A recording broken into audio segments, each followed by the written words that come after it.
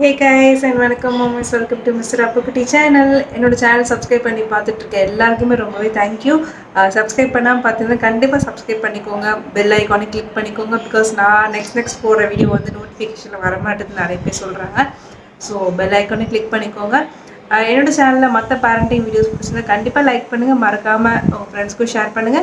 வாங்க வீடியோக்குள்ள போகலாம்.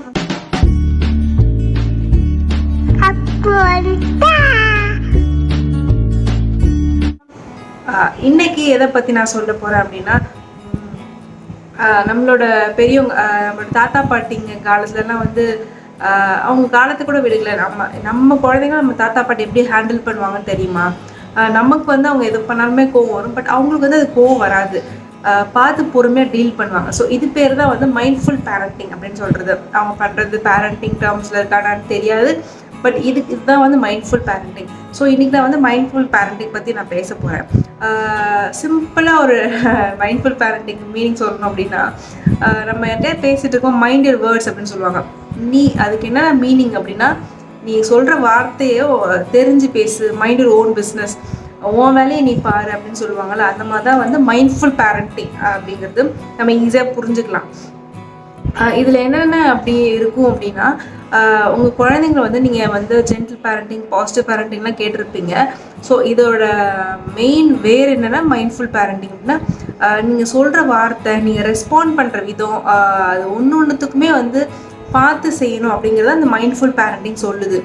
நான் வந்து உங்களுக்கு 8 குட்டி குட்டி டிப்ஸ் வந்து நான் எழுதி வச்சுருக்கேன், 8 பாயிண்ட்ஸ். இதை மாதிரி நீங்கள் ஃபாலோ பண்ணிங்கன்னா இந்த மைண்ட்ஃபுல் பேரண்டிங்கில் ஈஸியாக வந்து நீங்கள் வந்து ஈஸியாக அதில் வந்து நீங்கள் நுழைஞ்சிட முடியும். பாயிண்ட் நம்பர் 1 என்னென்னா, உங்கள் குழந்தைங்க வந்து டேண்ட்ரமாக இருப்பாங்க, ரொம்ப கத்திக்கிட்டு இது மாதிரி இருக்கும்போது உடனே நீங்கள் சடனாக வந்து அவங்களோட ரெஸ்பாண்ட் பண்ணாதீங்க, நீங்கள் அவங்களுக்கு ரியாக்ட் பண்ணாதீங்க. என்ன பண்ணுன்னா, ஃபஸ்ட்டு வந்து நல்ல ஒரு டீப் ப்ரீத், ஒரு நல்ல அமைதியான ஒரு ப்ரீத் பண்ணிக்கோங்க, கொஞ்சம் காமாக இருங்க. அதுக்கப்புறம் வந்து நீங்கள் அவங்கள்ட்ட போய் நீங்கள் ரெஸ்பாண்ட் பண்ணிங்க அப்படின்னா உங்களுக்கு ஃபஸ்ட்டு இந்த ஃப்ரஸ்ட்ரேஷனோட கொஞ்சம் ஒரு லெவல் கம்மியாக இருக்கும். ஸோ நீங்கள் வந்து ஆட்டோமேட்டிக்காக ஒரு ஜென்டலாக நீங்கள் வந்து ஹேண்டில் பண்ணலாம். இதான் வந்து பாயிண்ட் நம்பர் 1. பாயிண்ட் நம்பர் 2 என்ன அப்படின்னா, pause and think before repeating. என்னென்னா, இப்போ வந்து குழந்தைங்கள்ட்ட கத்திக்கிட்டே இருக்காங்க அப்படின்னா வந்து நீங்கள் உடனே அங்கே வந்து நீங்கள் பார்த்துட்டு என்ன பண்ணுறது, அடுத்து என்ன பண்ணுறது அப்படி இப்படின்னு நீங்கள் நினைக்காம ஒரு கொஞ்சம் நிமிஷம் அந்த நீங்கள் நினைக்கிறத வந்து கொஞ்சம் நிமிஷம் வெளியில் வந்து வேறு ஏதாவது திங்க் பண்ணிட்டு திரும்ப அவங்கள்ட்ட போய் நீங்கள் ரியாக்ட் பண்ணணும்.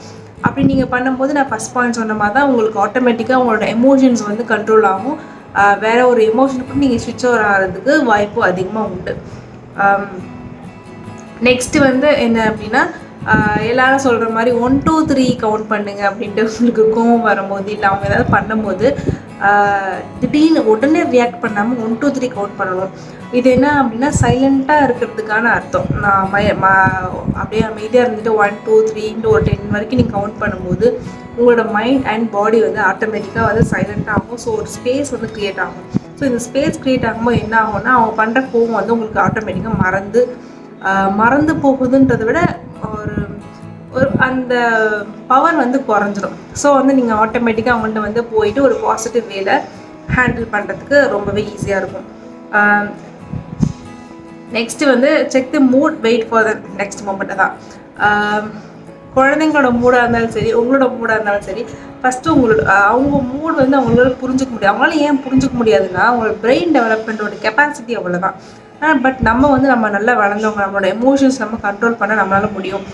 நம்மளாலே நம்ம எமோஷன்ஸை கண்ட்ரோல் பண்ண முடியலன்னா அவங்க எப்படி கண்ட்ரோல் பண்ணுவாங்க? கண்ட்ரோல் பண்ண முடியாது இல்லையா? ஸோ நம்மளோட மூடை நம்ம வந்து செக் பண்ணிவிட்டு அதுக்கப்புறம் நீங்கள் ரியாக்ட் பண்ணலாம். நெக்ஸ்ட் பாயிண்ட் என்னென்னா, நல்ல ஒரு ஹெல்த்தியாக, இது வந்து ஹெல்த் நெக்ஸ்ட் வருது, நல்ல ஒரு ஹெல்த்தி சாப்பாடு நம்ம சாப்பிட்ணும். அப்போ தான் வந்து நல்ல இம்யூனிட்டி டெவலப் ஆகும். மைண்ட்ஃபுல் பேரண்டிங் இந்த ஹெல்த்தியாக சாப்பிட்றதுக்கு என்ன இருக்குது அப்படின்னா, நிறையவே இருக்குது. நீங்கள் வந்து ஹெல்த்தியாக சாப்பிட உங்களுக்கு இம்யூனிட்டி டெவலப் ஆக உங்களோட பாடி வந்து நல்லா ஹெல்த்தியாக இருக்கும். பாடி ஹெல்த்தியாக இருந்தால் நல்ல ஒரு எனர்ஜி லெவல் இருக்கும். நல்ல எனர்ஜி லெவல் இருந்ததுன்னா குழந்தைங்க நீங்கள் ஈஸியாக வந்து கோப்பப் பண்ணிக்கலாம். இப்போ கத்தும்போது திடீர்னு எழுந்தது உங்களால் ஓட முடியாது. ஸோ இதில் வந்து உங்களுக்கு எனர்ஜி வந்து லேக் ஆகிறதுனால தான் ஓட முடியாது. உங்களால் ஓட முடியாதனால தான் உங்களை நீங்கள் கண்ட்ரோல் பண்ண முடியல. ஸோ இது வந்து நல்லா நீங்கள் சாப்பிட்டு நல்ல ஒரு இம்யூனிட்டி டெவலப் பண்ணி நல்லா ஒரு ஹெல்த்தியாக இருந்தீங்கனாலும் இந்த மைண்ட்ஃபுல் பேரண்டிங்கில் ஈஸியாக உங்களால் கொண்டு வர முடியும். நெக்ஸ்ட் என்னென்னா கெட் ரெஸ்ட் அண்ட் ஸ்லீப். நல்ல ரெஸ்ட் எடுத்துகிட்டு நல்ல ஒரு தூக்கம் இருக்கணும். எப்பயுமே ஒரு 8 hours ஸ்லீப் சொல்லுவாங்கள்ல, அந்த மாதிரி இருக்கணும். அப்பப்போ ரெஸ்ட் இருக்கும். நமக்கு ஓயாமல் ஓடிக்கிட்டே இருக்கும்போது நமக்கு ஆட்டோமேட்டிக்காக மைண்ட் வந்து ரிலாக்ஸாக இருக்காது. ஸோ ரெஸ்ட் இல்லைன்னா வந்து ஒரு மாதிரி எரிச்சலாக இருக்கும்னு நம்ம நினைப்போம் இல்லையா. ஸோ இந்த பிஹேவியர் வந்து குழந்தைங்களுக்கு நம்ம ஆட்டோமேட்டிக்காக நம்ம காமிப்போம். ஸோ நீங்கள் ரெஸ்ட்டில் இல்லைன்னா உங்களுக்கு அந்த எரிச்சல் இருக்கும். எரிச்சல் இருந்ததுன்னா உங்களால் காமாக இருக்க முடியாது. அவங்கள்ட்ட வந்து நீங்கள் மைண்ட்ஃபுல் பேரண்டிங் பண்ண முடியாது. ஸோ வந்து எப்போ கொஞ்சம் ரெஸ்ட் எடுத்துக்கணும், நல்ல ஒரு ஸ்லீப் இருக்கணும். நெக்ஸ்ட்டு வந்து மெடிடேஷன் பண்ணலாம், இல்லை உங்களுக்கு பிடிச்ச சாங்ஸ் கேட்கலாம், இல்லை உங்களுக்கு பிடிச்ச புக்ஸ் படிக்கலாம். இதனாலே வந்து உங்கள் மைண்ட் வந்து ரிலாக்ஸாக இருக்கும். ஸோ மைண்ட் ரிலாக்ஸாக இருந்தது அப்படின்னா ஆட்டோமேட்டிக்காக நீங்கள் உங்கள் குழந்தைங்கள ஈஸியாக டேக்கிள் பண்ணலாம். லாஸ்ட் பாயிண்ட் என்ன அப்படின்னா ரெஸ்பான்சிவாக இருங்க, ரியாக்டிவாக இருக்காதீங்க அப்படிங்கிறது தான். இந்த ரெஸ்பான்சிவ் ரியாக்டிவ் நம்ம எப்படி ஹேண்டில் பண்ணிட்டாங்கன்னு நெக்ஸ்ட் வீடியோவில் நான் உங்களுக்கு நல்லா டீட்டெயிலாக சொல்கிறேன். உங்களுக்கு இந்த 8 பாயிண்ட்ஸ் வந்து ரொம்ப யூஸ்ஃபுல்லாக இருக்கும்னு நான் நம்புகிறேன். இந்த வீடியோ பிடிச்சிருந்தா கண்டிப்பாக லைக் பண்ணுங்கள், உங்கள் ஃப்ரெண்ட்ஸ்க்கும் ஷேர் பண்ணுங்கள். மறக்காமல் சப்ஸ்கிரைப் பண்ணிவிட்டு இந்த வீடியோவை பாருங்கள். சப்ஸ்கிரைப் பண்ணால் இப்போ சப்ஸ்கிரைப் பண்ணிக்கோங்க. Bye, take care, be positive.